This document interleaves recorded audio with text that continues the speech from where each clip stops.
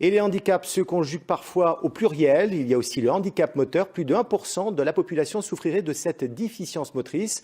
Alors vous allez le voir au centre Saint-Is à Marseille. On organise aujourd'hui les Jeux de Provence. Au programme pour ces jeunes handicapés moteurs, de nombreuses activités. Estelle Mathieu et Francis Di César. Bienvenue à Saint-Is aux Jeux de Provence. Oui, nous y sommes aux Jeux de Provence.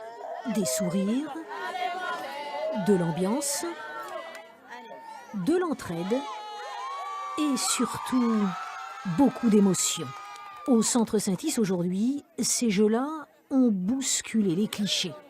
C'est des enfants, au sens premier du terme, extraordinaires.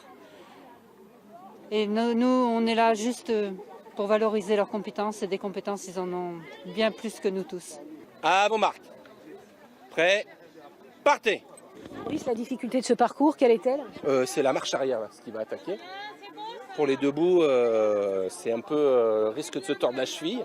Mais sinon, c'est surtout après les repères dans l'espace. Aller à gauche, à droite, se repérer tout de suite. Donc il y a comme des petits rebondissements, des suspens là.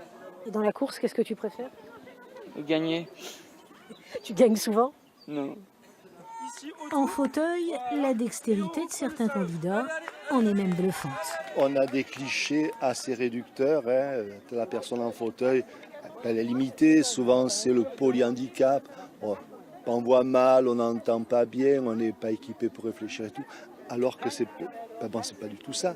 Bon, on peut avoir un handicap moteur, pas comme ces gosses, et avoir toute leur intelligence. Ils ont toute leur intelligence.